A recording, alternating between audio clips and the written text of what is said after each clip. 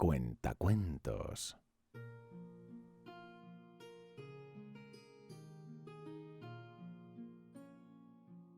Este relato pertenece a la serie sobre la historia de Warhammer Fantasy y The Old World. Gracias a la web Biblioteca del Viejo Mundo por permitirme compartir contigo este relato. Si te gusta mi contenido, puedes ayudarme a continuar haciéndolo cuando te suscribes, le das a like y dejas un comentario. Ahora, acomódate y déjate llevar por esta historia.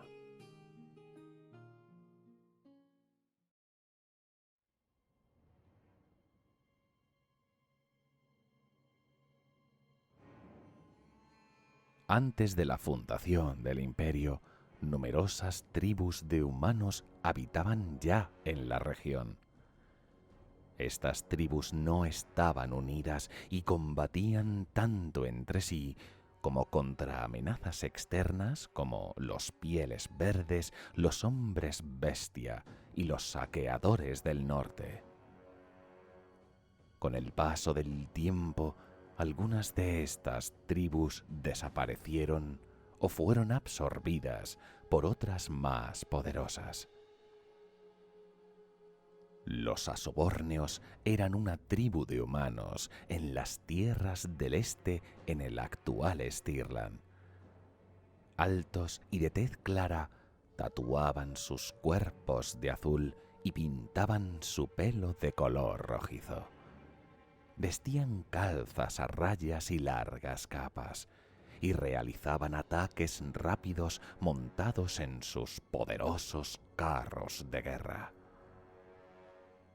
Al contrario que el resto de tribus, los asobórneos tenían una estructura matriarcal donde la línea sucesoria se establecía a través de la descendencia materna.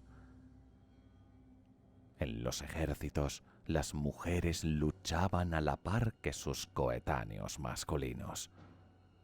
Esto era una ventaja cuando ganaban debido a la cantidad de efectivos extra. Pero cuando perdían, la sociedad asobórnea podría verse seriamente afectada durante varias generaciones, obligándoles a elegir con cuidado sus batallas. Su conexión con la naturaleza les llevaba a fundirse con ésta a la hora de realizar emboscadas, y sus poblados se encontraban escondidos entre lo frondoso del bosque. La tribu de los brigundianos se asentó en las tierras al sur del río Aber, habitando lo que se conoce ahora como Aberland. Eran tierras fértiles que facilitaban el comercio con sus vecinos, destacando especialmente con los enanos al este, los cuales les llegaron a proporcionar armas y armaduras de metal forjado, a cambio de ayudarles en sus luchas contra los Pieles Verdes. El motivo era que los brigundianos eran maestros en la guerra a caballo, luchando con una velocidad y versatilidad que los enanos sencillamente no disponían. Por todo ello, en la época de Sigmar era el territorio más próspero. Su influencia era tal que cuando aceptaron la invasión de Heldenhammer a unirse a su nuevo imperio, los merógenos y los menogodos hicieron lo mismo. Los menogodos habitaban la zona más sureña del futuro imperio, convirtiéndose posteriormente en la provincia de Soland, la cual desapareció debido a un conflicto con los Pieles Verdes y terminando por unirse al condado de Wiseland. A pesar de ser una tierra fértil y rica en recursos, Esta colindaba con las montañas grises y todas las bestias salvajes que en sus cuevas moraban, como los pieles verdes y terribles monstruos. Por ello tuvieron que levantar numerosos fuertes y puestos de vigilancia, así como tener que sufrir la peor parte de posibles invasiones procedentes desde el sur. A pesar de su tenacidad, perdieron muchos de dichos asentamientos. Al ser escasos en número por las constantes incursiones, vivieron muchos momentos en los que estuvieron al borde de la extinción. Los merógenos fueron los pobladores cuyos territorios estaban más al sureste del Viejo Mundo, colindando con las montañas grises y las montañas del fin del mundo, donde ahora se encuentra el condado de Weaseland. A pesar de ser vecinos de los Menogodos y compartir sus problemas, su cercanía con los reinos enanos permitió las buenas relaciones y el comercio, permitiendo apoyo y armamento de calidad. Destacaron por la lucha en grandes grupos de picas, las cuales resultaban ser muy efectivas contra los salvajes y descontrolados ataques de los pieles verdes. Los jutones habitaron la zona norteña que se conoce hoy en día como Norland.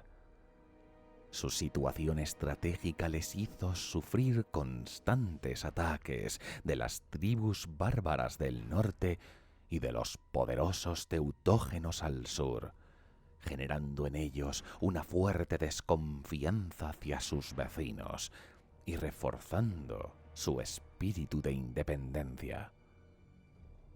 A pesar de ello, destacaron como grandes comerciantes, algo que les ayudó a amasar grandes fortunas y contratar poderosos ejércitos de mercenarios, principalmente provenientes de las tierras de Estalia, Tilea y Arabia. En la época de Sigmar, los jutones fueron quizás el pueblo que más costó que se unieran al floreciente imperio. Reticentes al principio, al poco tiempo entendieron que ampliando sus rutas de comercio y apoyados por los ejércitos del resto de condados, la decisión de unirse a Sigmar hizo que prosperaran como nunca antes lo habían hecho. La tribu de los Éndalos se había establecido en los bordes de los pantanos en la desembocadura del río Raik, territorio en el que se encuentra la actual ciudad de Marienburgo. Expulsados por los jutones y teutógenos del norte, se acostumbraron a las difíciles tierras que más adelante se conocieron como las tierras desoladas. En la época de Sigmar, los Éndalos eran los principales aliados de los umberógenos. Los reyes de ambas tribus habían tenido buenas relaciones durante generaciones, y en aquella época el rey Marbad era un gran amigo de Bjorn, padre de Sigmar, y al morir este, la amistad continuó con su hijo. Marbad fue uno de los primeros reyes en unirse al proyecto de Sigmar de fundar la nación del imperio, y estuvo a su lado en la batalla del Paso del Fuego Negro, donde murió, sacrificio que salvó la vida del futuro emperador, permitiendo que se alzara con la victoria. Los Éndalos solían ir a la guerra acompañados de los salvajes hombres de las montañas del sur y liderados por la guardia personal del rey, los yelmos de cuervo, ataviados con largas capas y yelmos alados. Los músicos y portaestandartes caminaban sobre los zancos típicos para viajar en los pantanos, incrementando su altura y ayudando a transmitir la música y las órdenes. Los ostagodos eran una antigua tribu guerrera de humanos que poblaron las tierras de lo que en el futuro sería la provincia de Ostermark, siendo los antepasados de la mayoría de sus habitantes. La región que ocupaban sufría frecuentes ataques por parte de orcos, goblins y trolls antes de los tiempos en que Sigmar fundara el imperio. Por ello, los ostagodos apenas construían ciudades. En vez de eso, e influenciados por las culturas norteñas de los ungoles y los ropsmen, preferían montar poblados temporales que se podían desmontar rápidamente y cargar en carromatos para transportarlos. Cuando sus tierras eran invadidas, los ostagodos realizaban audaces ataques relámpago contra el enemigo, cabalgando a la cabeza de gloriosos y magníficos lanceros, apoyados por rápidos arqueros a caballo, aullando de entusiasmo mientras cargaban de acá para allá con salvaje abandono. Famosos eran los maestros de la espada, que mataban a los enemigos con estocadas tan mortíferas como elegantes. Entendiendo la importancia de la colaboración entre los clanes, los ostagodos crearon fuertes lazos entre ellos para su protección y mutuo apoyo. Por ello, cuando Sigmar hizo su llamamiento a la unión, fueron especialmente receptivos a formar parte del futuro imperio. La mayoría de los habitantes de Talavekland son descendientes de la tribu de los tauletenos, los cuales se asentaron entre los ríos Talavek y Styr. A pesar de la maestría que los brigundianos demostraban con sus conocimientos ecuestres, los tauletenos llevaban la devoción por los caballos a otro nivel. Generaciones de selección artificial llevaron a tener a su disposición las mejores y más rápidas monturas de todo el viejo mundo. Los caballos eran entrenados y los domadores se pasaban día y noche cabalgando con los animales a través de las montañas para quitarles el miedo. Los tauletenos sentían tal veneración por los caballos que el edificio más grande y bonito de la ciudad eran los establos, situados en el centro de la ciudad, la zona más segura. Además, para potenciar el manejo, habían desarrollado sillas de montar y estribos de hierro, permitiendo a los jinetes luchar de una manera como no se podía ver en otra parte. A estas innovaciones se les sumaban piezas para sostener las lanzas, lo cual hizo que con el tiempo aumentaran su tamaño, permitiendo aún así que el jinete apuntara con facilidad sin cansarse en el proceso. El resultado de todas esas mejoras eran grupos de caballería entrenada y equipada como ninguna otra, capaces de crear cargas tan devastadoras que podían decantar rápidamente el curso de una batalla a su favor. Cuando Sigmar contempló las cargas tauletenas en todo su esplendor, quedó muy impresionado hasta el punto de copiarlo para sus guerreros. La tribu de los teutógenos habitó las tierras centrales conocidas actualmente como Midenland. Una vez asentados, asaltaron y conquistaron tierras hacia el norte hasta llegar a las montañas centrales. Fueron quizás los más devotos seguidores de Ulrich.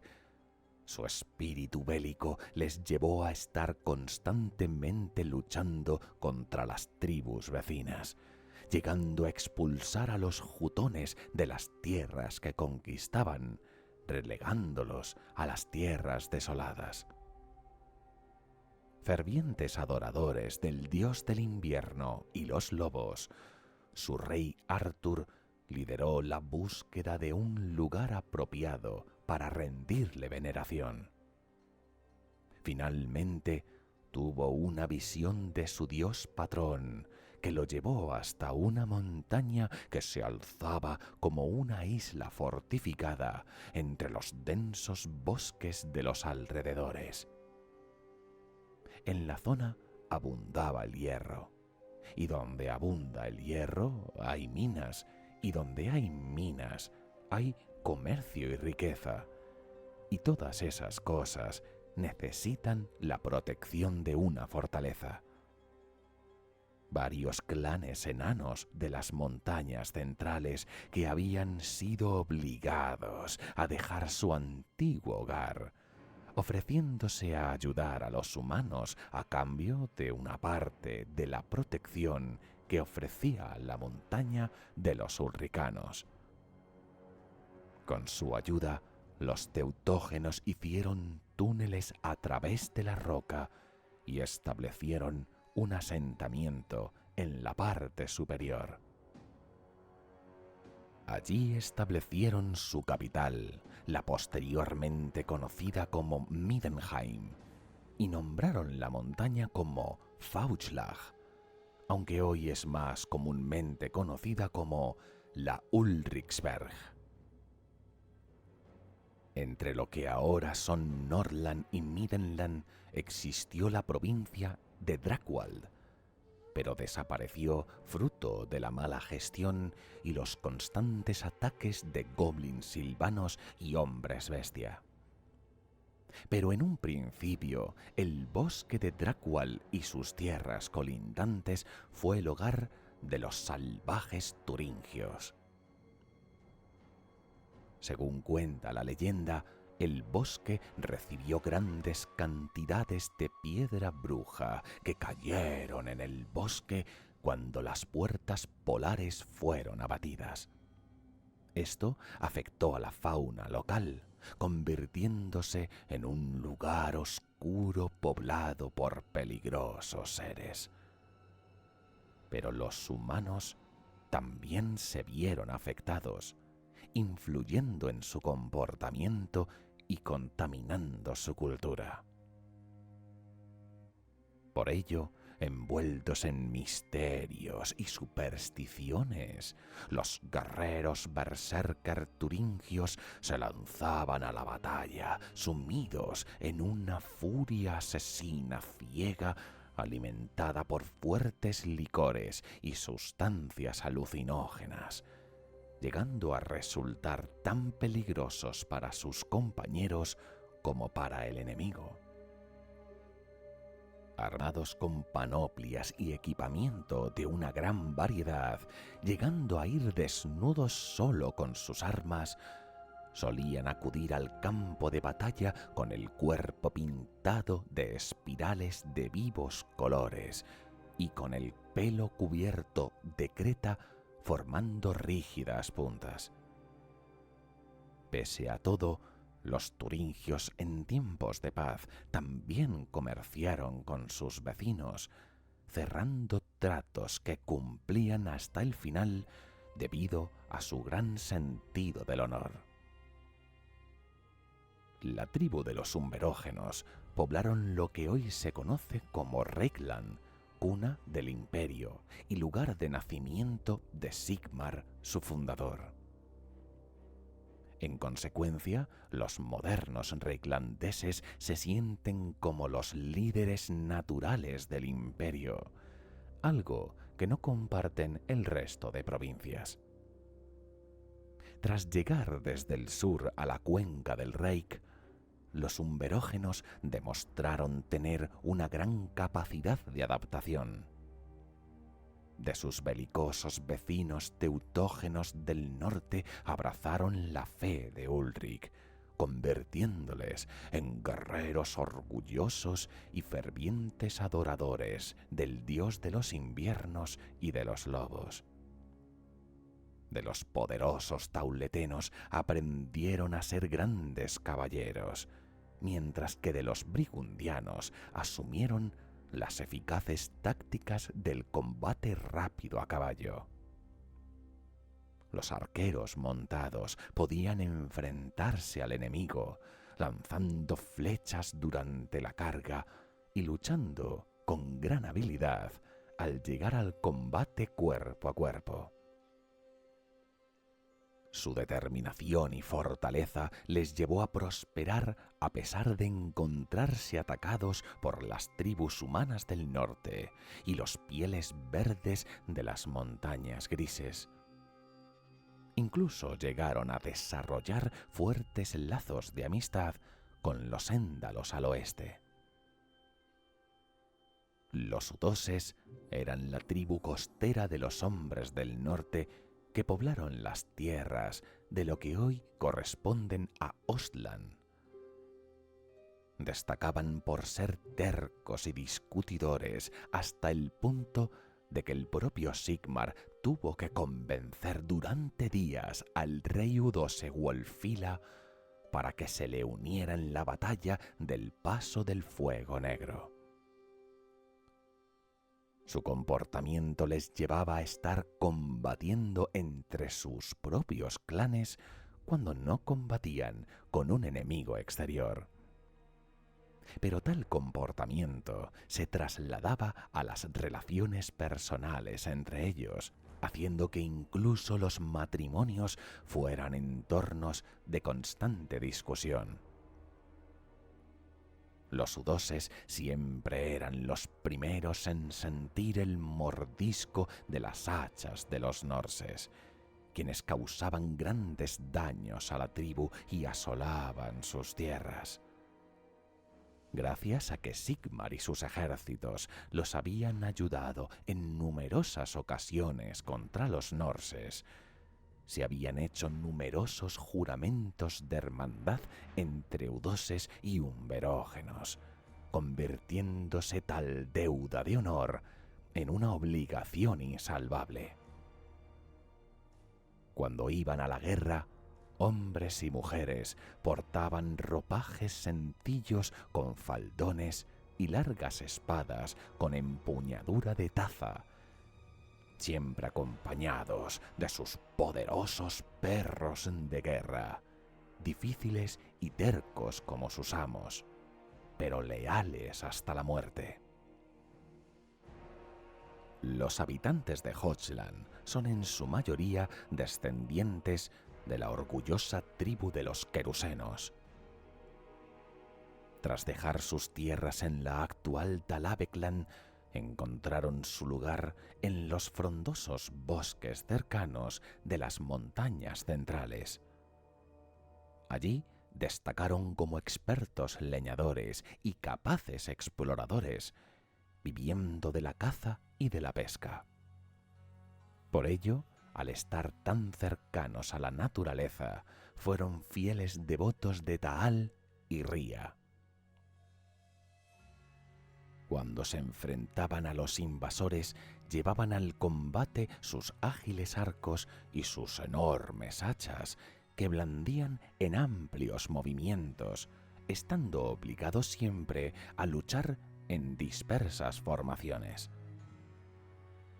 Aún así, las armas principales de los querusenos eran la astucia y el conocimiento del terreno, usando los bosques como refugio y atacando al enemigo en el momento más oportuno.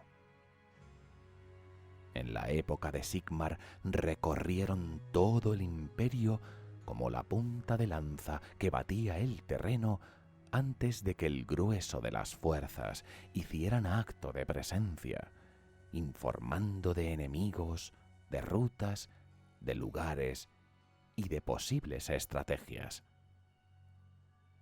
Pero cuando entraban al combate cerrado, los amos del campo de batalla eran los berserkers querusenos, muy parecidos a los berserkers turingios.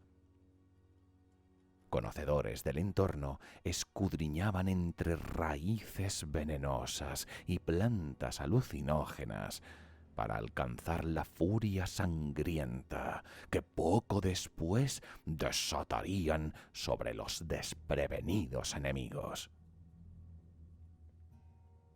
La historia de los bretones comenzó hace 3500 años, cuando una tribu de valerosos y beligerantes jinetes atravesaron las montañas grises y colonizaron las tierras que más tarde se convertirían en Bretonia. Estas tribus se enfrentaron a siglos de guerras constantes contra los pieles verdes que asolaban la región. Durante esta era siniestra, los bretones aprendieron a forjar armas de metal, a montar caballos en combate y a construir fortificaciones de piedra. Con el paso del tiempo fueron estableciéndose paulatinamente, expulsando a orcos y goblins y arrebatándoles el control de las tierras más fértiles. Sus intentos de adaptarse en el bosque de Lórien fueron menos fructíferos, y tan solo salió de él un puñado de supervivientes, todos ellos enloquecidos por la magia feérica del lugar. Al cabo de varios siglos se llegó a creer que el bosque de Lórien era un lugar de poder ajeno al reino de los hombres. Cuando Sigmar Heldenhammer se dispuso a unificar las tribus del imperio, invitó a los bretones a que se unieran a su alianza. Sin embargo, los líderes de las 20 tribus se negaron, pues no tenían intención de inclinarse ante un extranjero. Sigmar luchó contra los pieles verdes sin la ayuda de los bretones y forjó así su imperio. Mientras unificaba las tribus que vivían al este de las montañas grises, los bretones todavía estaban divididos bajo el gobierno de varias tribus feudales independientes, situación que duró casi otros 1000 años más. Entre 2500 y 2000 años antes de la venida de Sigmar, Pylos, una gran urbe habitada por humanos, se empezó a formar en la zona que hoy se conoce como las Marismas Enfermizas, al norte de las actuales Estalia y Tilea. Los habitantes de la ciudad establecieron tratos comerciales con muchos clanes enanos nómadas de las Montañas Negras, lo que llevó a que en el año 1950, antes del calendario imperial, un clan enano errante se instalara en la ciudad humana. Con su ayuda, ésta creció con mayor rapidez aún y se hicieron grandes avances en arquitectura e ingeniería. La ciudad empezó a extenderse por encima y por debajo de la tierra, de acuerdo con la naturaleza de la población que la habitaba. Los enanos reinaban en sus enormes cámaras subterráneas, extrayendo minerales de las ricas montañas cercanas, proporcionando la piedra, el metal y la artesanía necesaria para que la ciudad humana creciese. Mientras, Los humanos cultivaban los fértiles campos de trigo que rodeaban la ciudad para alimentar a las poblaciones de ambas ciudades. Con los excedentes conseguían todo lo que necesitaban mediante un estable e intenso comercio con tierras lejanas. La prosperidad que generó esta colaboración permitió que la ciudad creciese hasta grandes cotas tanto arquitectónicas como culturales en el transcurso de un par de generaciones. La fuerte unión de ambas razas propició que Tilos se convirtiese rápidamente en la ciudad más poblada del continente. Sus técnicas de construcción y habilidades ingenieras fueron las más grandes que se hayan visto nunca en la superficie del viejo mundo, y pasarían siglos antes de que ningún asentamiento humano llegase siquiera a poder equiparse con las maravillas que se encontraban en las calles de la ciudad. Según las leyendas, aproximadamente 100 años más tarde, los habitantes humanos, agradecidos a los dioses por su buena fortuna, decidieron levantar un templo como nunca antes el mundo hubiera visto.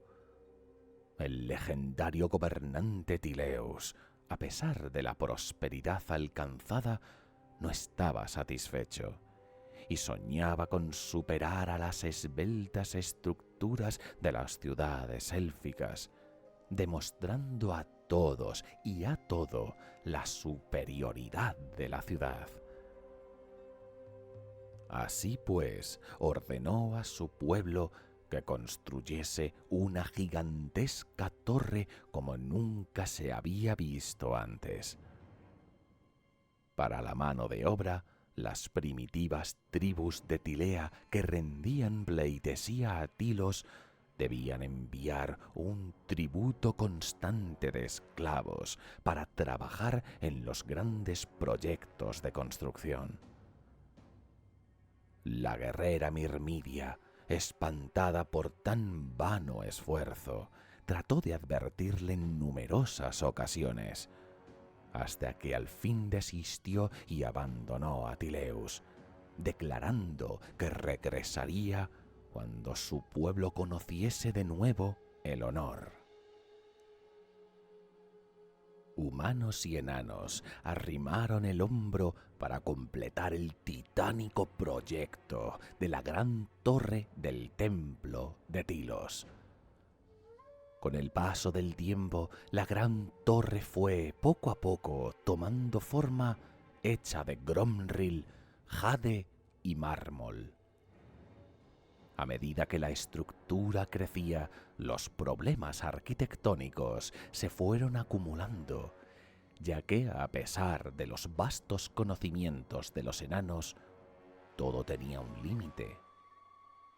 A pesar de las dificultades, siguieron trabajando por otros 100 años. Aún así, pese a los esfuerzos, la torre era tan alta que subir cada piedra se había convertido en un quebradero. Llegó un punto que, pese a toda su maestría, la última sección de la torre se quedó sin completar. Según los mitos y leyendas, fue en ese momento cuando apareció en la ciudad una misteriosa figura encapuchada.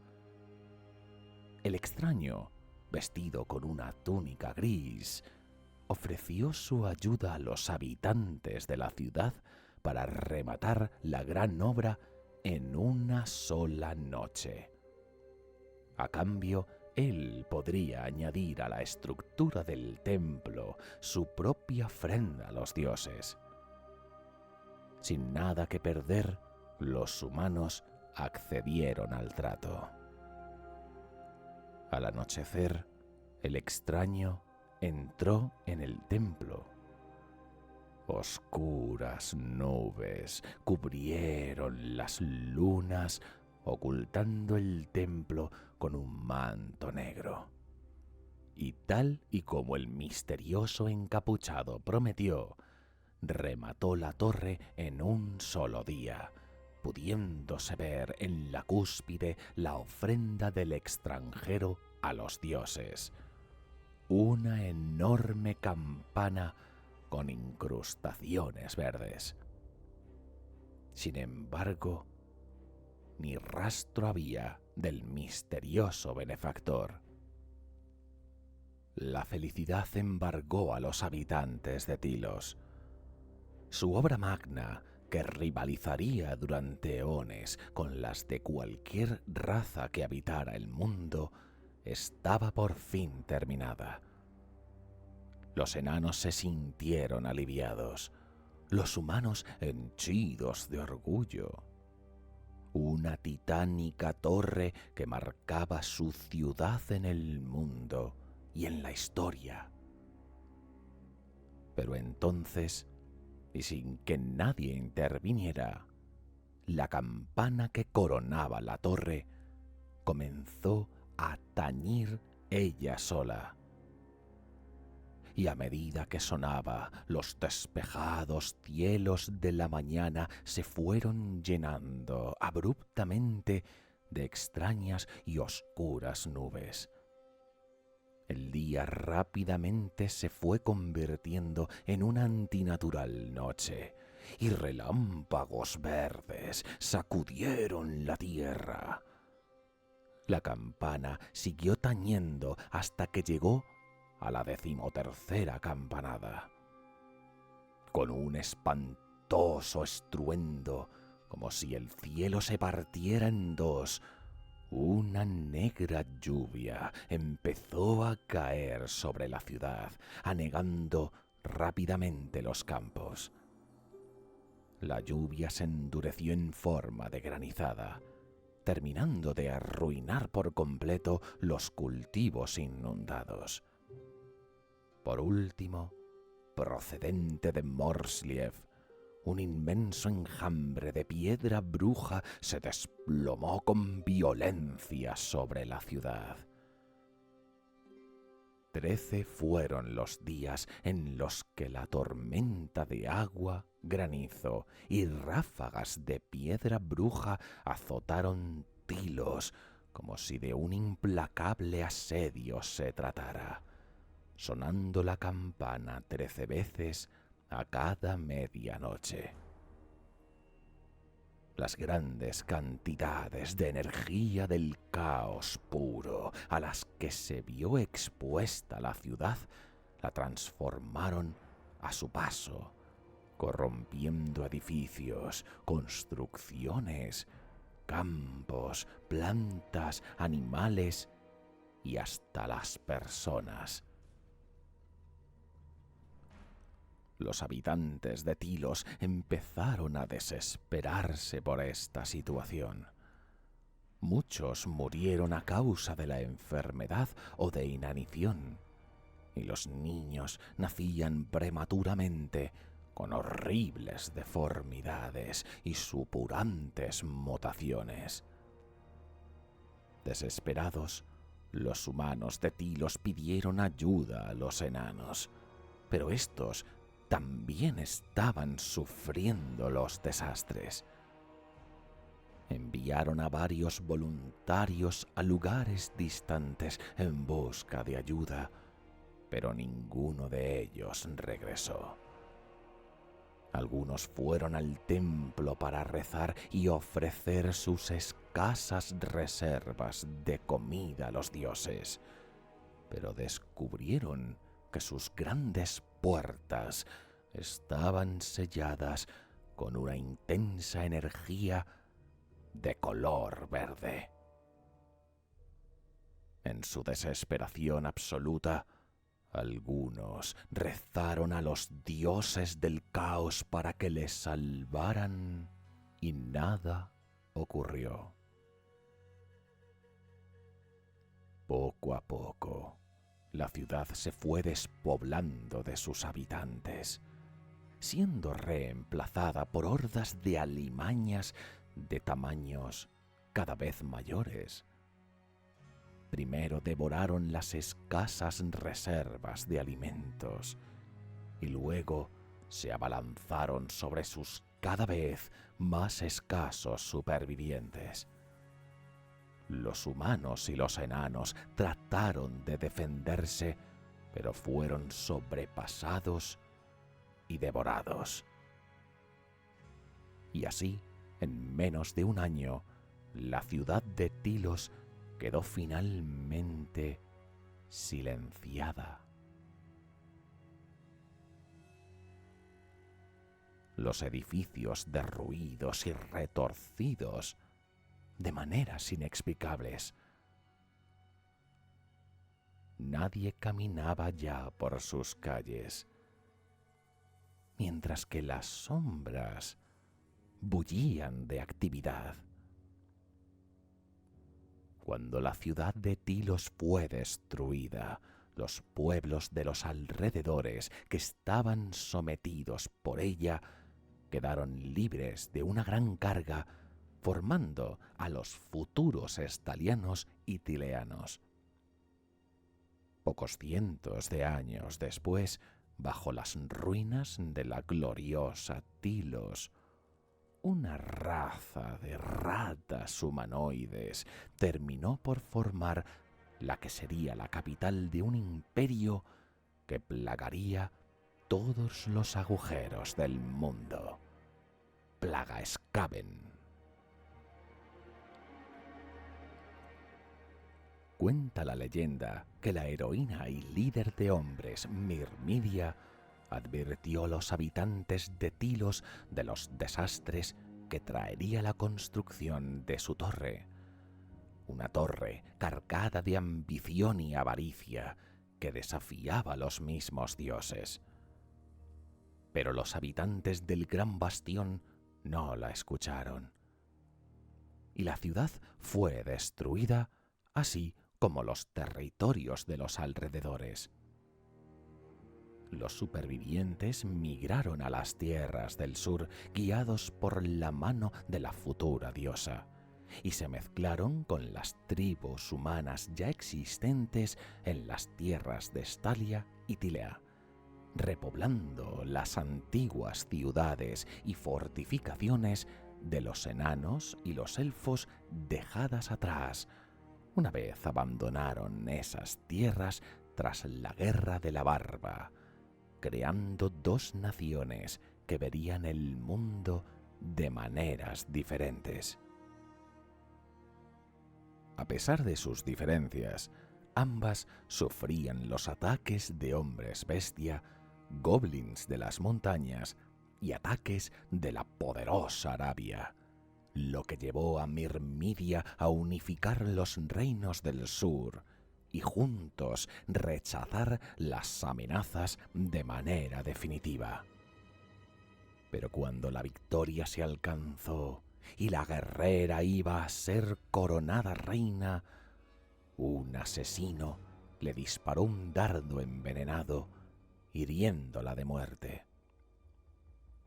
Sabedora de que su final estaba cerca, ordenó la construcción de un magnífico navío y sola viajó al oeste, donde alcanzaría la divinidad. Ambas naciones terminaron por separarse irremediablemente, desarrollando culturas que llegarían a rivalizar en el futuro. Estalia, con un espíritu exploratorio, llevó a sus intrépidos aventureros a todos los rincones del mundo, dejando su huella en tantos territorios como el sol pudiera llegar. Por su parte, Tilea, dividida entre sus poderosos príncipes mercaderes, desarrolló puertos cuyos navíos han visitado todas las ciudades del mundo, trayendo riquezas de todos los confines de la tierra. Pero quizás la peor de las desavenencias entre ambos sea que tanto Estalia como Tilea aseguran ser el lugar de procedencia de la diosa Mirmidia. Un muro insalvable que hace que ambos sigan mirando al otro con un fuerte recelo,